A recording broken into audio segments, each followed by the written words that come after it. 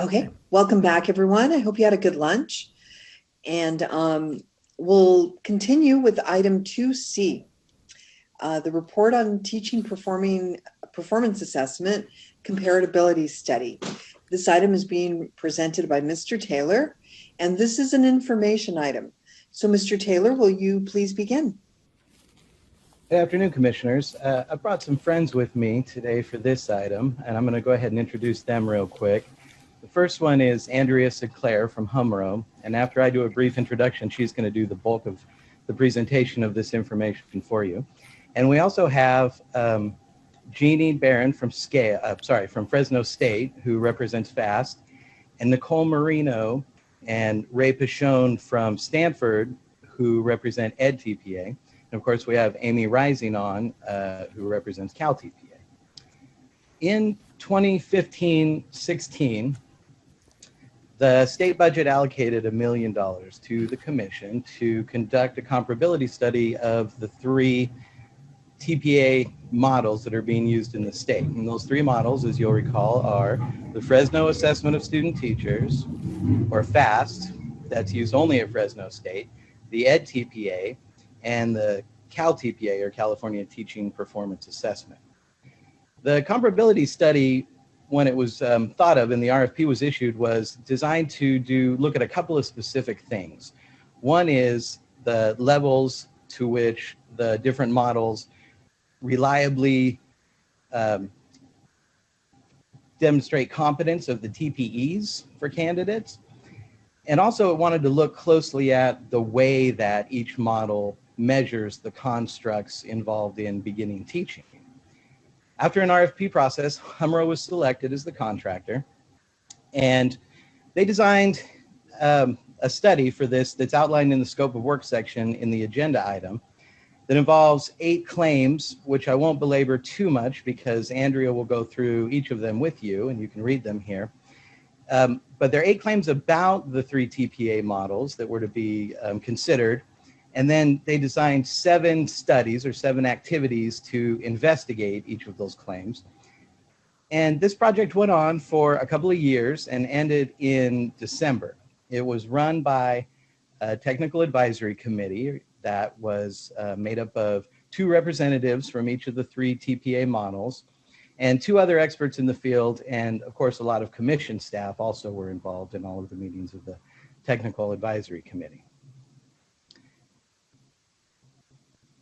I'm going to turn it over to Andrea now to run through the PowerPoint with you and talk about in more detail what this study was and what it looked like and what the results were. There were some results outlined in the agenda item, and Andrea will give you a little more detail on those, and then I'll be able to come back and talk about next steps. The model representatives are here to answer any questions the commissioners may have about any of their specific models. Hello, can you hear me okay? Yes. Excellent. All right, I am hopefully sharing my slides here. I'm trying to get it in presentation mode. Do you all see my slides in presentation mode? Yes, okay, great. Because they aren't showing up on my end on presentation mode, but as long as you can see them, we're in good shape. Okay, great.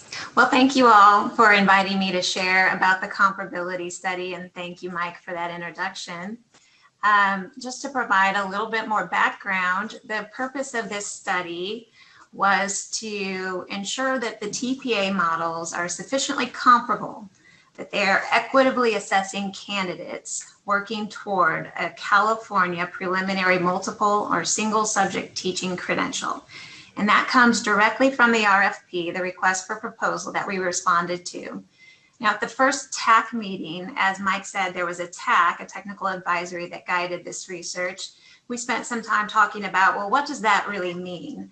And we came to agreement that by comparability, we're not saying that the models are equal in how they measure the knowledge, skills, and abilities that are required by the teaching performance expectations, but that the models are equitable with regard to identifying TPE-ready professionals.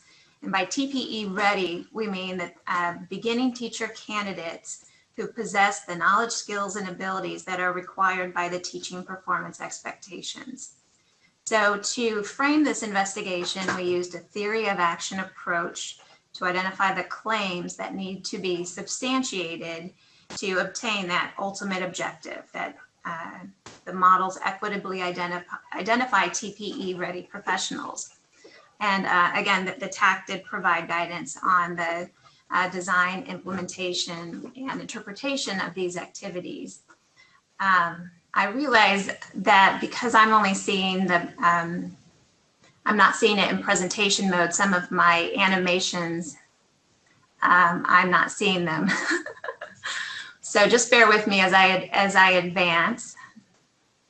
Andrea, we're only seeing the title slide still. Oh, you're only seeing the title slide. Yeah, Andrea, it's not in presentation mode yet. Okay. Well, let me try to get this in presentation mode.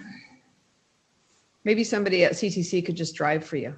Well, I think let me try this again. I'm going to do a new share. And,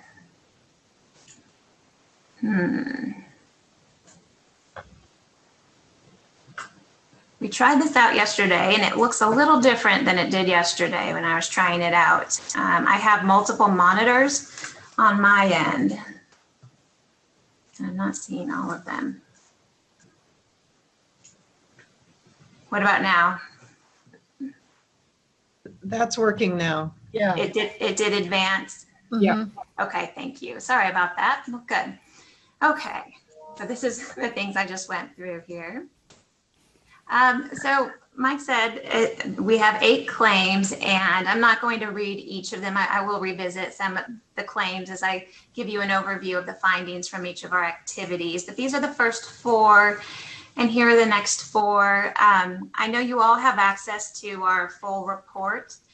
It is a lengthy report, but if you want to delve any deeper into this, I encourage you to do so. Even though it's a lengthy report, there is a much more succinct executive summary attached to the report. So again, I encourage you to delve into that if you want some more detail than we can cover in our time slot today. So these are the 7 activities that we conducted, and I'm going to give a high-level overview of the findings from each of them. Before I do that, though, I did want to mention that our final report at the end of year 2, so this was essentially a 2.5-year study, it does reflect findings on the models, the status of the models as implemented in 2018, 2019. So anything that's happened since that time would not be reflected in the report. So with that, I will provide an overview of findings. Our first activity was an evaluation and comparison of evidence across TPA models for adherence to the Commission's assessment design standards. This was essentially a comprehensive review of the technical documentation and materials for each model. In addition to looking at adherence to the assessment design standards, we also looked at how closely the documentation for the models adheres to industry-wide principles for test design. And so for those industry-wide principles, we look to the standards for educational and psychological testing. And you'll hear me refer to that as the joint standards, just for the sake of simplicity. And this is the rating scale that we used when we were evaluating how closely that documentation, that evidence adheres to the standards. And I put this rating scale up because we do use it in multiple activities. It ranges from it's a scale from 1 to 5, with 1 being no evidence of the standard or element found in the documentation or materials provided, and a 5 being that the evidence fully covers all aspects of the standard or element. So in terms of how closely the evidence adheres to the assessment design standards, on that 5-point scale, you can see that all models were rated quite high, near overall a 5.0, indicating they fully or mostly adhere to the assessment design standards. For the joint standards, the ratings were also similarly high. So we concluded based on that those findings that indicate that the TPA models either mostly or fully adhere to the assessment design standards and to the joint standards, but relevant to test design. And this provides support that the TPA models are sufficiently comparable in their representation of the Commission's assessment design standards. Moving on to activity 2, this was what we refer to as a content validity comparability analysis. And this also investigated claim 1, but it was focusing specifically on the comparability of the models in their assessment and weighting of the teaching performance expectations. And this went beyond just how well does each model cover the TPEs. We conducted a week-long workshop with 2 panels of teacher preparation experts, 2 7-person panels. And the experts evaluated everything about the models, the handbooks, the rubrics, the candidate submissions, the instructions. How well does each model assess each TPE element? And in addition, the experts also indicated what kind of evidence requirements, what kind of evidence do candidates have to provide to demonstrate their knowledge, skills, and abilities for each TPE element. And the experts provided an evaluation of the depth and breadth with which the KSAs required by the TPE are assessed by each TPA model. Now there's a lot, and the 2 panels did this independently, and then they came together to discuss come to consensus about any discrepancies. This was done initially in the spring of 2018, and then it was updated with a smaller subset of the panelists in summer of 2019. There's a lot on this slide, but I threw it up here just to give you kind of a visual depiction of what this linkage activity looked like. And this is just for one of the TPE domains. And I also just wanted to point out a little bit of terminology. There are 6 TPE domains. The one I have up on this slide is TPE1, engaging and supporting all students in learning. And then underneath that domain, there are TPE elements. And this domain happens to have 6 elements. And so the panelists identified, first of all, does each component of each model assess each particular element? And if so, what kind of evidence is required? And the abbreviations you're seeing in the individual cells are abbreviations for the type of evidence that the model required of candidates. And they did that for each component or each task or cycle. The models have a little bit different terminology for what they call the components of their model. And then collectively, based on all those linkages, what is the strength of evidence for how does the model cover the full depth and breadth of the TPE element? And that's the dashboard that you're seeing. So green indicates strong evidence, yellow indicates moderate evidence, and red indicates weak evidence. And to get a strong evidence, we had a very high bar for getting that strong evidence. The model had to fully cover the full depth and breadth of the entirety of the TPE element. And you can see by looking at these elements, even though that is a finer grain level than the domain, there's a lot that goes into each element.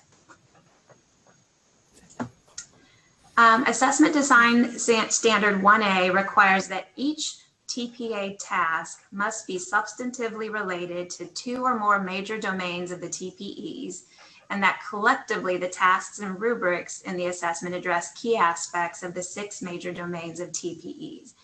So that's essentially what we were investigating. And we found that all models exceed that standard by having all tasks or cycles assess 3 or more TPE domains. Additionally, we found that TPE 3, understanding and organizing subject matter for student learning, was the domain assessed most thoroughly by all 3 TPAs. And that TPE 6, developing as a professional educator, is the domain assessed least thoroughly by all 3 TPAs. And our panel of teacher experts explained that really TPE 6 doesn't lend itself as well to a performance assessment as well as some of the other TPE domains. And so that means it's important for the programs to ensure that they're addressing aspects of TPE 6 through other means beyond the performance assessment. We concluded from activity 2 that this was provided an independent empirical investigation of the content validity of each model. There were some differences in the emphasis and measurement of TPE elements across the models. However, overall, there was more comparability than dissimilarity, specifically at that higher domain level. Activity 3, this was a comparison of stakeholder input across TPA models. I've listed claim 2 first because that was the primary focus, but this was online surveys of stakeholders, and our 2 stakeholder groups were candidates, teacher candidates, and program coordinators. And we wanted to know, does the guidance and supports provided by the model sponsor, so in other words, the guide, the manual, the handbook, and other resources, does that allow the candidates and teacher preparation faculty, or is it clear enough that they can implement the model as designed and intended? So that was, we wanted to gather stakeholder perceptions on that. We were also able to gather some stakeholder input on essentially, do these stakeholders perceive that these models are valid, that they're measuring what they should measure? We found that the majority of candidates agreed that they understood the requirements for the model. We also found that the majority agreed that the handbook, guide, manual provided sufficient information to assist them throughout the assessment process. For coordinators, we found that the vast majority agreed that they had a clear understanding of their model's purpose. They understood their model's requirements, and they were well informed about their model. With regard to claim 1, the majority of candidates agreed that the knowledge, skills, abilities assessed by their model are emphasized in their program. And for coordinators, nearly all agreed that their model focuses on the appropriate skills and practices necessary for beginning teachers, and that their model appropriately assesses candidate readiness in the areas measured. So from that, we concluded that there was support for claim 2 and support for claim 1 as well.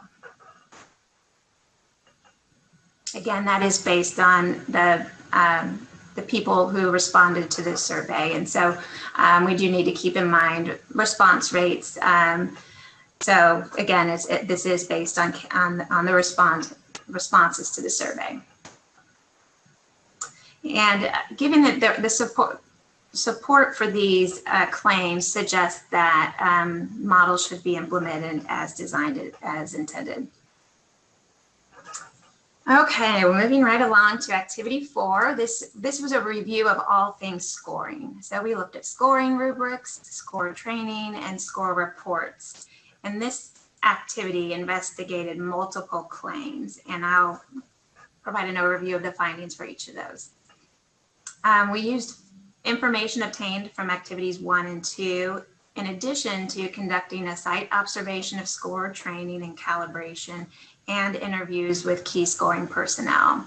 And this was another one of those activities where we used that rating scale that I showed you in a previous slide.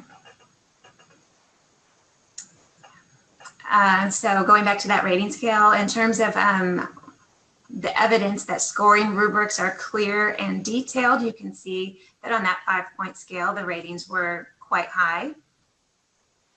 Claim 4, this was investigating how comprehensive the process is to select, train, and establish calibration of assessors. You can see pretty high, especially for Cal TPA and Ed TPA. FAST was a little lower. One of the primary reasons for the lower rating for FAST is that at present, or at the time we were doing the investigation, they did not have a process in place to, during the scoring window or during a midpoint during the scoring window, do a check on the consistency among their scores, just to make sure that they were all trained and calibrated up front. But the other models have a process in place to check for score drift, to make sure the scores stay consistent with one another. And FAST at that time did not have that kind of process in place. So that was one of our recommendations in the report. For Claim 7, score reports provide similar information about candidate outcomes and clear guidance on how score information should be used. All of the models received high ratings on that claim. And finally, for Claim 8, rubrics and score reports provide diagnostic information on candidates and programs. All models also received high ratings on that. So overall conclusion for activity 4, there were more similarities than differences in topics related to scoring and score reporting, although there were some notable differences. On average, FAST was rated slightly lower than EdTPA and CalTPA. It is important to note that FAST is a little bit of an outlier in the sense that it is a local model that is only at Fresno State. So there were some downsides to that. They don't have the same kind of infrastructure that supports the larger models, but there are also some upsides that they can manage just by having that kind of local control. Okay, activity 5. This was a comparison of standard setting across the TPA models. So we investigated the comparability and rigor of the process used to set standards to ensure that the models consistently identify candidates that possess the KSAs required to effectively teach the area authorized by the credential. This was an observation of the standard setting workshops and evaluation of evidence for the relevant assessment design standards and joint standards. EdTPA and CalTPA rated very high, FAST rated a little bit lower, and I'll share a little bit about that on this next slide here. EdTPA and CalTPA used a briefing book method. They both used candidate score profiles within the standard setting. They used impact data with the judges to inform the standard setting. FAST did not use a comparable process to what EdTPA and CalTPA used. Their approach took the form of verifying through a consensus discussion with experts that their level 2 descriptor on their rubric accurately describes a just sufficiently qualified candidate. They did not have impact data or candidate score profiles. It's important to note that this did occur during field tests, so they were just starting to gather that information so that it wasn't as readily available. Nor did they use panelist ratings to inform their judgments. So it was a different approach, not necessarily wrong. Nonetheless, we recommend in our report that, when the time comes to revisit the cut score, that they include performance data and actual student submissions in that standard setting process. Activity 6, this was a statistical and analysis and comparison of score data across models, and investigated Claim 6, which is model sponsors conduct analyses to identify differential effects in relation to candidate characteristics. So this was a comparison of pass-fail score patterns across subgroups. And the subgroups mentioned in assessment design standard 1K are race, ethnicity, language, gender, or disability. Some things to note about this activity: we only conducted this analysis for the multiple subject credential. At the time, it was the only credential area where there was a large enough sample from all 3 models to conduct subgroup analyses. And we only had subgroup information on race/ethnicity and gender for all 3 models. So those were the 2 subgroup analyses we conducted. Just another important note is that differential impact is a necessary but insufficient indicator of bias. So differences in pass rates may suggest, but does not solely indicate, a construct or relevant source that explains that difference. We found that candidates had similar pass rates by gender across the 3 models, and that the differences in the mean total scores were similar across models. In terms of the findings for race, they were a little bit more complex. The distribution of race categories for FAST was different from EdTPA and CalTPA. FAST has more Hispanics than whites, so just the distribution of the race categories are different for FAST. EdTPA and CalTPA, the distribution of race categories is very similar. We found that pass rates were similar both within and across categories for EdTPA and CalTPA. We did not include FAST in that pass rate analysis, given that they have a different demographic distribution for that model. But in terms of looking at mean total scores, we found that they were similar for all models on race, except for FAST. We found that Hispanics tended to have a lower mean total score, but there were no differences in pass rates. We do recommend that these analyses should be revisited as more data becomes available. That was just based on the 2019 data. And they should not be extrapolated beyond the multiple subject credential. Our final activity was kind of an interesting and innovative approach. Because we don't have candidates, there's no candidate who takes all 3 models. So that does, make it challenging to do a true comparability study. So what we did for activity 7 was to devise a common external referent on which all the TPA models could be directly compared. And we did that by using the findings from activity 2. That was the workshop with the teacher preparation experts. And we used the findings from that activity essentially as a blueprint to develop a common rubric. So we identified the TPE elements that are measured in common across all 3 models. And we had a high bar for developing this common rubric. We wanted to ensure that we were comparing the 3 models on a level playing field. So we only included the TPE elements in our common rubric that had strong evidence ratings, meaning that all 3 models assess the full depth and breadth of all aspects of each TPE element. And then we had trained score a representative sample of multiple subject portfolios from each model using this common rubric.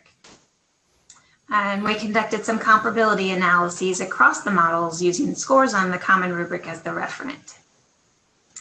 We found that scores on the common rubric were moderately strongly correlated with scores from each model's rubric.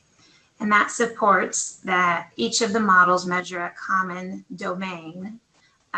Even though they have unique tasks and rubrics, there was evidence that they are all assessing a common domain. We did a linear regression of the common rubric total score on each model's TPA total score to predict cut scores on the common rubric. So we ended up with a cut score for each model that was on a common scale. And then we computed the lower and upper 95% confidence interval around those cut scores. And we found that the confidence intervals overlap across the 3 models, which suggests that the models are likely to classify candidates similarly. Another way to look at this is the consistency in pass-fail decisions when looking at the percent that passed on the common rubric and the percent that passed on the model-specific rubric.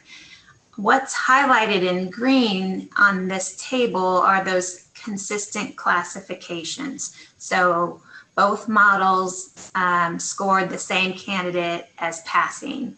So for example, for EdTPA, that was 79.23%.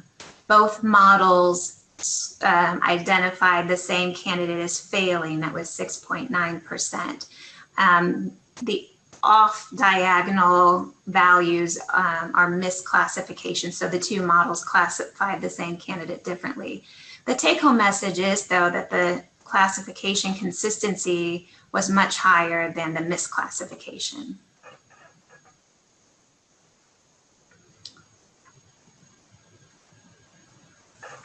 Okay. So despite the unique components and rubrics for each model, all three models are measuring a highly related construct of teaching performance. So regardless of which teaching performance assessment a candidate completes, his or her performance is likely to be consistently classified as passing or failing by all three models.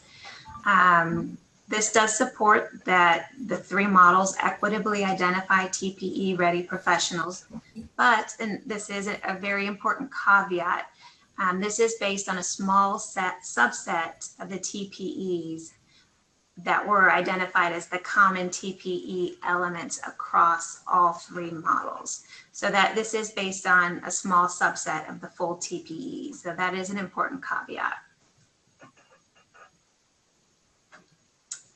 So in terms of an overall summary, the body of evidence, and that's what we were trying to do, is collect a body of evidence so that we could help to kind of triangulate this question of, are the models comparable? And this body of evidence suggests that it does support the Commission's decision to approve multiple TPA models as a credentialing requirement for beginning teachers. It's not to say that the models are equal, kind of going back to what I mentioned at the beginning of the presentation, but that the models are likely to equitably identify teacher candidates who are ready. And by that we mean they possess the knowledge, skills, and abilities as defined by the TPEs that are required for beginning teaching. We did discuss a few future research considerations. So this helps to support a validity argument for the comparability of the models, but a validity argument isn't a static thing. It should be dynamic. So we always encourage our clients to continue to collect evidence to support the validity of their models. So some future research considerations, we could conduct an updated content validity investigation like Activity 2, but expand it to identify within those TPE elements, where is the commonality? Again, we only considered something as strong evidence if the model covered every single aspect of that TPE element. And there were some models that covered most of it, but not all of it. And if all three models didn't cover all of it, then they weren't identified as having that element in common. But if we drilled down a little further, we could find more commonality in the models than what that activity showed. And if we were to drill down at that level, then we could create a more robust rubric, common rubric, in the sense that it would cover more of the TPE construct space. Activity 6 could be conducted for other credential areas, and as I mentioned, for other demographic groups. And if changes are made to the models, really any of these studies could be revisited. Looking beyond these studies, kind of like the gold standard would be a longitudinal predictive validity study in which candidate scores on their TPA are correlated with a measure of their actual teaching performance. So, for example, their performance evaluation from their first year of teaching, that would provide empirical evidence that the TPAs are indeed predictive of the knowledge, skills, and abilities needed for beginning teaching. Another future research consideration would be a convergent validity study correlating candidates' TPA scores with another assessment of teaching. The CBEST might be one to consider in that sense. Maybe TPA, a math portfolio TPA with scores on the math portion of CBEST.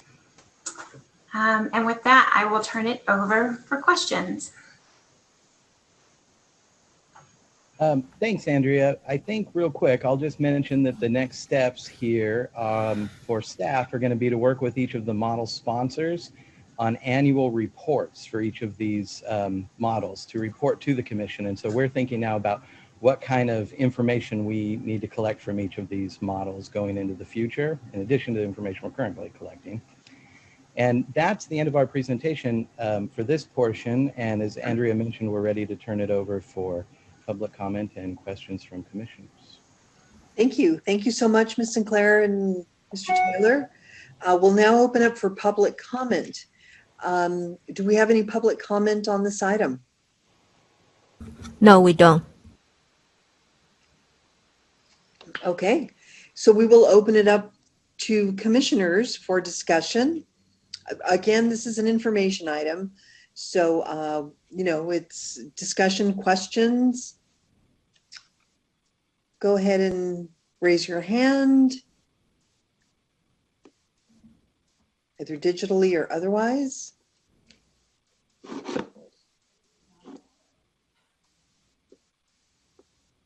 Okay, I see a hand, I think. Commissioner Brown. You know, I'm not an expert on this, and that was a really detailed, long presentation. But the two things that came to mind to me that I have questions on is when you asked the candidates about how comfortable they were, I think it was activity 3, and you said it was, you know, that was a majority. It was a majority, but for 2 out of the 3, it was less than 60%, which means that there were 40% of those candidates that didn't find it. So that's one thing I thought was curious. And then the other piece was, I'm not a researcher, but I just wondered if we needed to do some deeper dives into like the final pass rates by race were statistically significant. And I think that that's something to consider. And if one of the 3 of them had either a broader or a more targeted race distribution, I'm not sure we should just throw things out because they aren't the same. So those are the 2 questions I had, and that's what I have. A FAST model, all of the candidates passed on the final attempt. So even though we didn't include them in the pass rate analysis, that is another reason they were not included in the looking at subgroup differences in pass rates, is because all candidates passed on the final attempt. Okay. Thank you.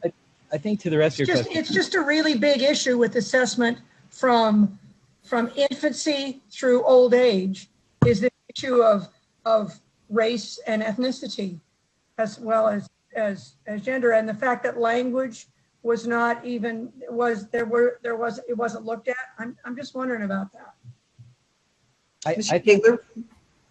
Sorry, I was just going to respond real quick and say I think you're right about that, and I know throughout my 25+ year career now in large scale assessment, we've been spending a lot of time looking at race and ethnicity, but there's, you know, obviously a much more renewed emphasis on that. And so I think to Andrea's point, there's a lot of additional research questions and things we might consider moving forward with in the future, given the information that we have here. And I think that you've raised some really important points. Yeah. And then again, this piece, I'll just kind of go back to that question, then I'll get off the box. This idea that a majority of the candidates agreed that they understood the requirements for their model, and yet for 2 out of the 3 of them, the number was 58 and 59.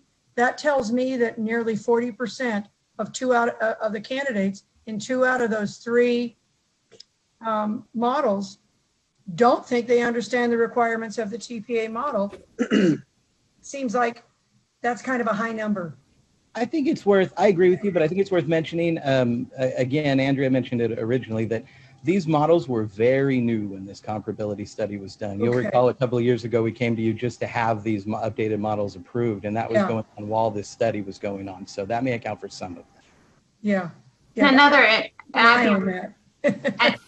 and I'd be remiss if I didn't mention that the response rate for EdTPA by candidates was pretty low, very low. We were constrained in some extent by our access to candidates.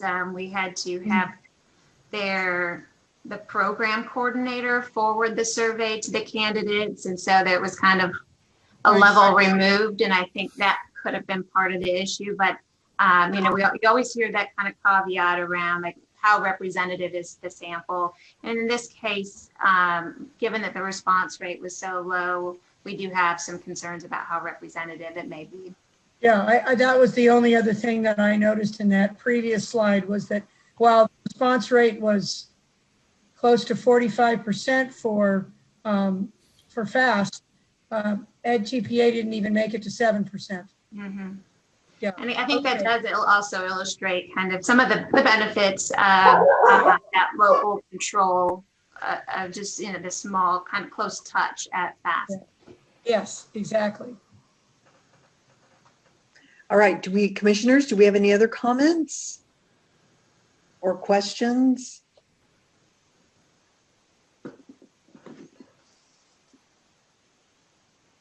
Yeah.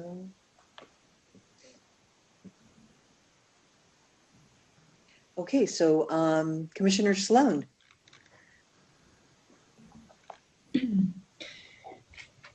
Thank you for the very detailed explanation of the study and the report. One of the things, in addition to Commissioner Brown's comments, that I find interesting too is activity 2, I believe it is. That's the validity activity.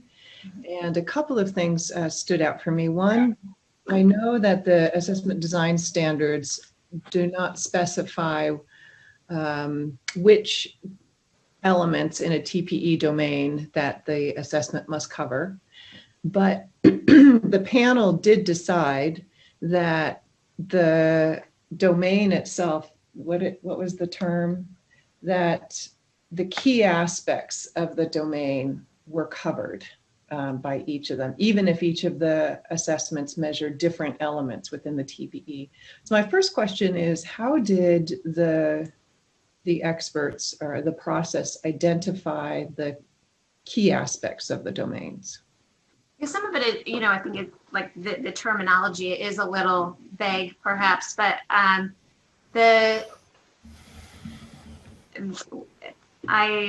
don't have my slides up anymore, but the elements that the experts were mapping at the element level, does this component of this TPA measure this element? And within that, the educators, like I said, it was a week-long workshop, really spent a lot of time having deep conversation about what are the key aspects of the element. And that's where the consensus discussion happened among those experts. The table that I shared with you, this report, it doesn't really, it doesn't convey at that finer grain level, okay, well here within this TPE element, here are the key aspects that the experts identified, and here's how well each of the models address that. It was, you know, there are 45 TPE elements, so mapping each component, there's 2 to 3 components in each model. That's why it was a week-long workshop. That was a pretty rigorous process, but it could be taken a step further to really drill down to identify systematically and capture that information. What are the key aspects from each element? And that's kind of where that recommendation at the end stemmed from, because I can't tell you specifically within an element, here's what the experts agreed on within this element were the key aspects. I can say though that to get that strong rating, you had to cover the full depth and breadth of each element. So I'm getting a little confused then, because I thought it was the key aspects of the domains because I know that there were many elements where there wasn't any evidence at all that those elements were met when I look at the tables. I would say that so the way we conceptualized it for the purpose of this study is that the elements are the key aspects. But what I'm trying to, I guess, explain, maybe not very clearly, and that's where I think the language gets a little fuzzy, is within an element, there's multiple pieces within an element too. But for the purposes of this study, we interpreted the elements as key aspects. Now, the assessment design standard doesn't say which of those key aspects that each model has to measure, just that collectively the models measured key aspects. So if we substitute key aspects for elements, collectively, it doesn't specify which ones. Yeah, I think that's one way to look at it. The assessment design standards don't really specify a lot about how the models need to measure the TPEs. And so it uses the term key aspects. They need to measure key aspects of the TPEs. But for this study, rather than focusing on the key aspects, what it looked at was the actual adopted language of the TPEs as they're written and as they're implemented in the programs. And so that might explain some of the disconnect. One of the recommendations that's just offered up for consideration is if the commission would like to see more comparability across the models at that finer grain level to provide more specificity in the assessment design standards at the element level. You can see from activity 1 that the models fared very well with regard to how closely they adhere to the assessment design standards. So from that, we infer that the models are closely following the assessment design standards as their blueprint for developing these models. So that suggests that any changes that the commission might make to the assessment design standards, if you want to have more comparability at that finer grain level, that kind of language could be added to the assessment design standards to bring about more comparability at that finer grain level. Well, I think this just brings up something that we might need to consider as a commission with our 6 domains and our 45 different elements in our TPEs that we expect all of our new teachers to meet before going into the field. And this report gives us some information about what the teacher performance assessments are measuring specifically within each of those domains. And so in the report, your dashboard was very helpful. When I looked it over, it was very interesting to me to see which ones there was no evidence for and which ones there were. For one, that's something that's good information for us to look at because we want to be sure that the totality of assessments, we know that the TPA is not the only assessment that we use to ensure that candidates are ready to go into the field. There are program embedded assessments. But then 2 is, are there, when we say that an assessment is measuring, the key aspects of a domain, I think that's kind of important. I think we need to have some agreement about what those key aspects are that we expect to be measured, since they are measuring very different, sometimes, elements. There's only a few domains or a few elements that all 3 were measuring, right? But I think that is not a criticism of the study it's the way the assessment design standards are written. It's just something for us, I think, to consider as a commission. And just to emphasize the point that you made too, is that multiple measures to indicate teacher readiness. The decision about teacher readiness should not be made solely on the performance assessment, that there are other aspects that should be used in conjunction with the performance assessment to make those kinds of decisions. And by using those multiple measures, you get a more reliable and valid indication of readiness.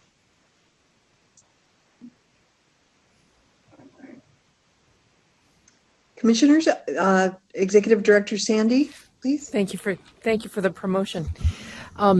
So I remember I had the great opportunity and pleasure of helping to write the law, in 1997 that made the development of a performance assessment a requirement for the CTC.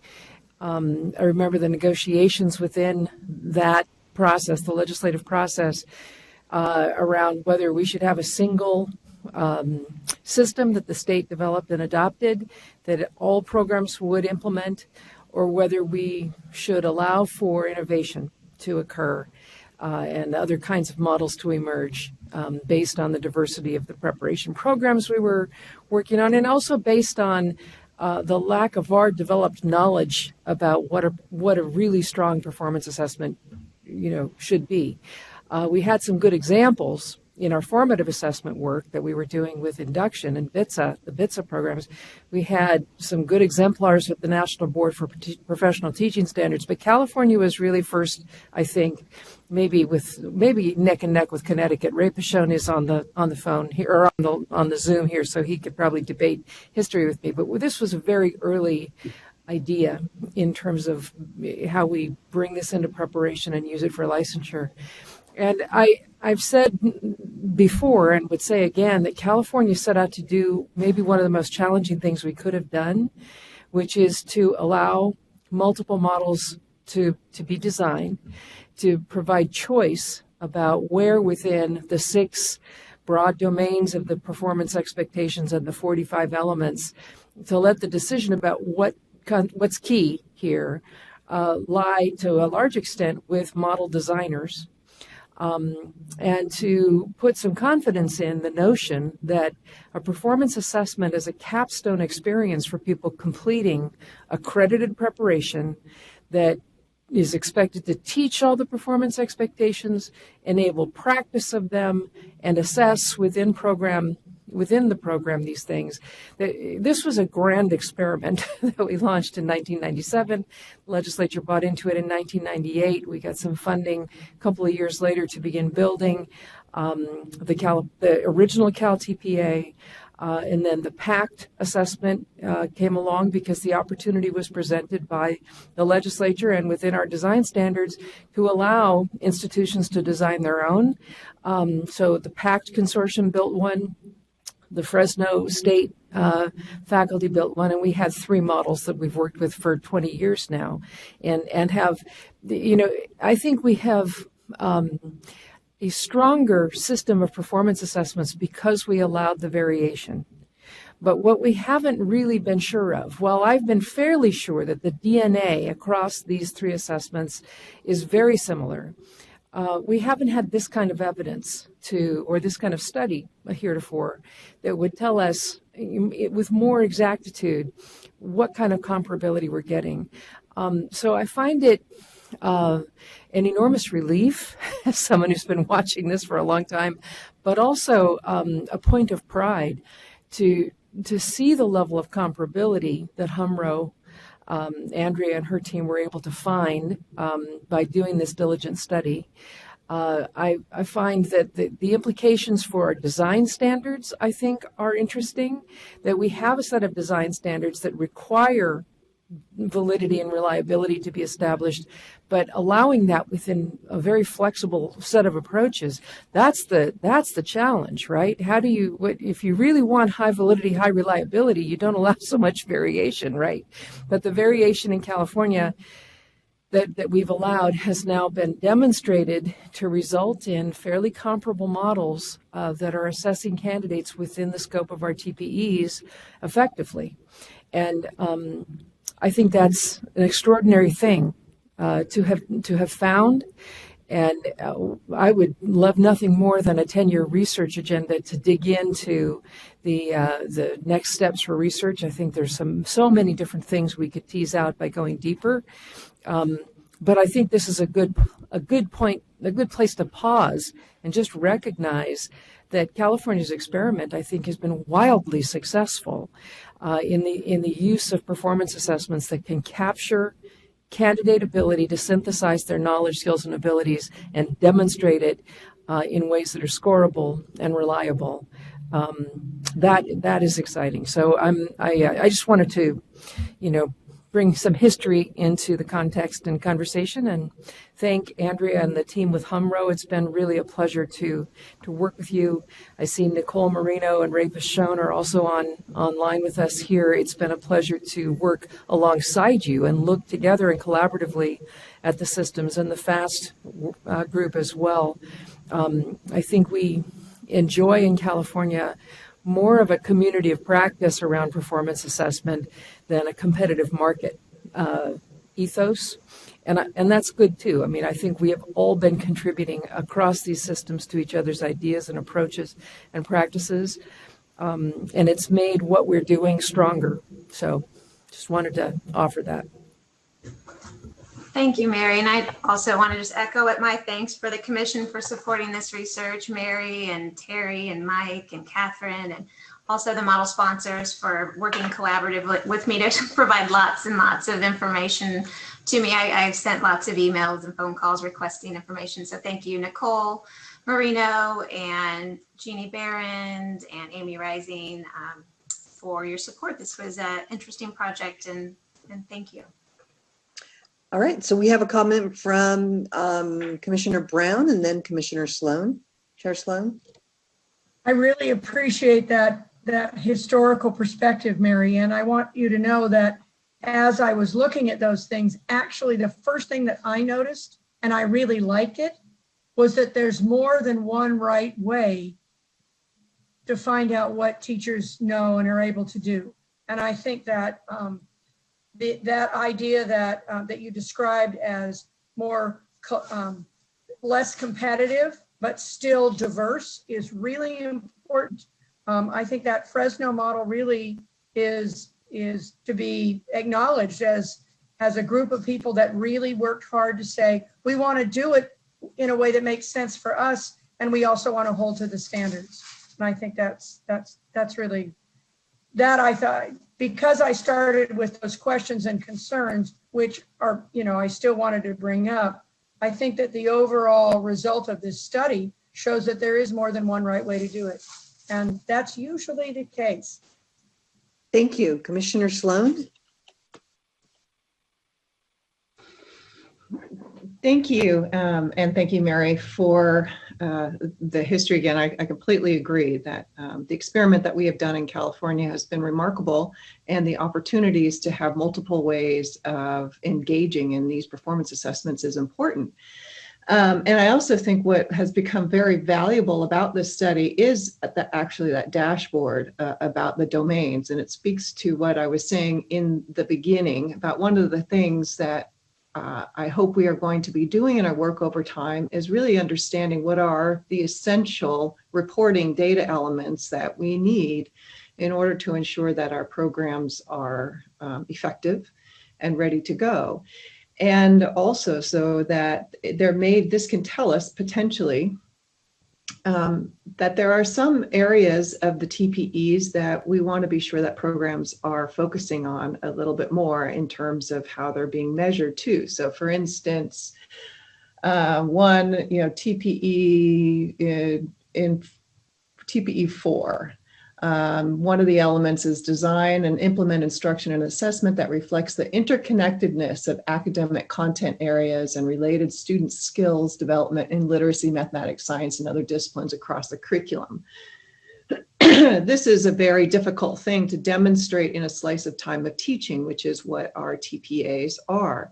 So this is something that needs to be demonstrated in a much larger, probably over time context. This is something that a candidate would need to be demonstrating in a different way. So it may be that we want to be sure that programs are demonstrating that candidates are doing this in particular. In other words, can we be strategic in what we ask our programs to do? And this report provides us with some information that might help us do that.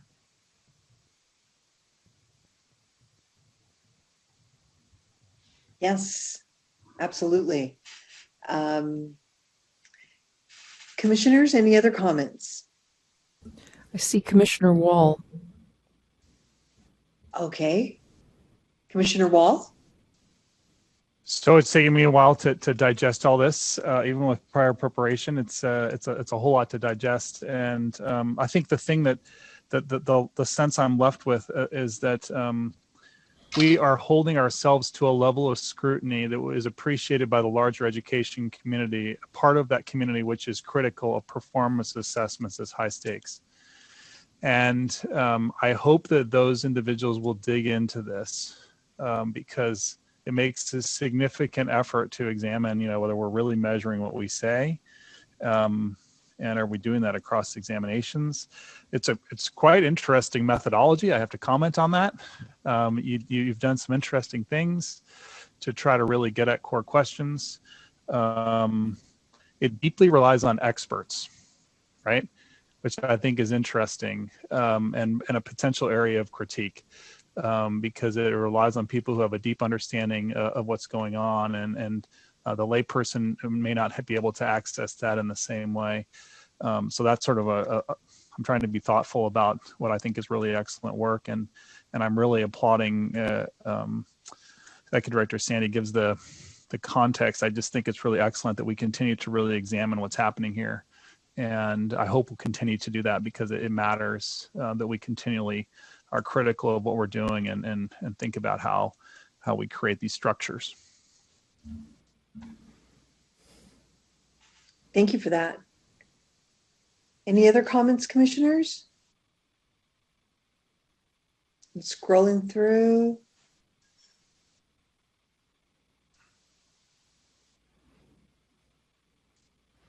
I don't see any hands. Commissioner Rodriguez, I just Yes. wonder, I think we have representatives from each of the model sponsors here. I don't know whether they wanted to comment on this at all, but Ray Pichon and Nicole Marino are here from FAST, and it looks to me like, not FAST, at TPA. I was looking and talking at the same time. That's always bad. I think Jeannie Behrens is here also from FAST. Amy Rising, of course, is here for Cal TPA. Well, we're just having this closing moment on this work that's consumed us for the last couple of years. Wonder if they had anything they'd like to say.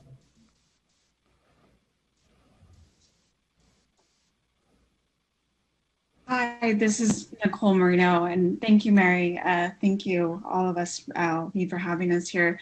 Quickly, yes, I'll just comment that echoing what was said about the process, both from Mary and Andrea and Mike in terms of what we all did over the time. Some of these discussions that have come up in terms of the TPEs, the elements, the focus of the programs, what a TPA really has initially started in California, and what we wanted to really represent. And so the whole process overall, I think, was very helpful for us as a model to really think about, and again, think about how to best support programs. And so I think it does raise a lot of questions that were said here today. And we look forward to perhaps investigating further and really understanding that, I appreciate the comment about the TPEs really, and which ones were designed for, maybe not designed, but fit in more of a slice of teaching than perhaps over time, and how that might be considered as guidance for us as model developers and thinking about programs, but also those of us that sit on the program side as well, and how to really think about best aligning our courses with the TPE. So, but just thank you. It was a great process. Thank you, Andrea, for all the support and being patient with us as well. Thank you. Ray Pichon, did you want to say something? Add to the conversation?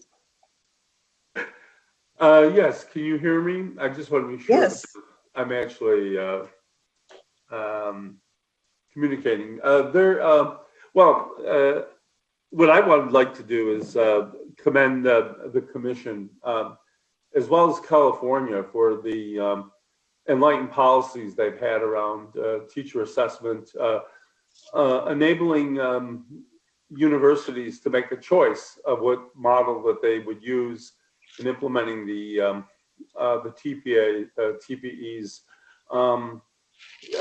Is solely stands out in this country as one of the few states where those choices are allowed. And I certainly believe that a one-size-fits-all model is not the way to go forward. So I commend the Commission for their 20 years of leadership in this area, and especially in these really heartbreaking times and troubling times, standing behind an assessment that supports that all students will have a high quality teacher and they would come into the classroom ready to teach based on a common standard, is critically important, because we know the consequences of students that engage with teachers that are ill prepared.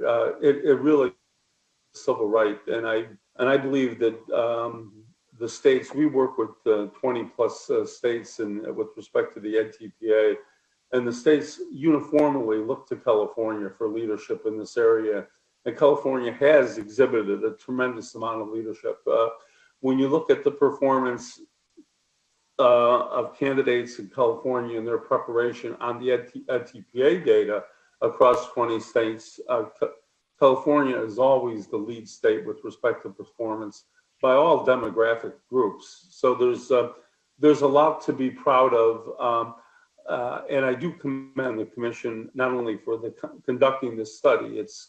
It's gratifying to see that all of the models measure a core construct, which is essentially effective teaching is informed by the TPEs. So this is it's a critically important program. We're looking forward to conducting additional research and keep pushing the field and making changes to our program as circumstances not only permit but allow. So again, Mary and your whole team, just thanks for the leadership as well as the Commission that you've provided in this area. I just want to give you that that broader view of the impact that you've had not only in California but nationally. Thank you so much, Ray. By the way, just a side note, Ray Pachon is the first psychometrician I ever met. To me, psychometricians were like the Loch Ness Monster. Like, oh no, do they exist? Really? And then I met him and I was like, wow. Let's see here. Jeannie Barron, would you like to say something about this study? Sure. Fresno State really appreciates the fact that we have been able to utilize our own performance assessment. And I think that the HUMRO team was very good at recognizing some of the limitations that we have because of our, we don't have the same infrastructure as both CalTPA and EdTPA, but they recognize the strengths that we brought also. So I really appreciate that. And I appreciate the Commission for allowing Fresno State to actually take on this challenge from the very beginning, to be able to have a program of assessment that we can embed into our credential program. So thank you very much.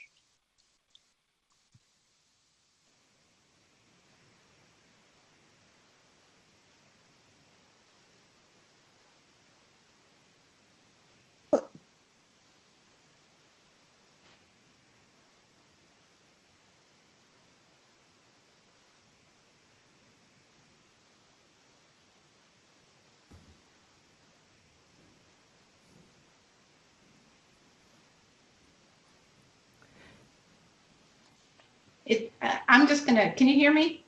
Mm-hmm. Okay, I'm just gonna jump in and also just echo what has been said already.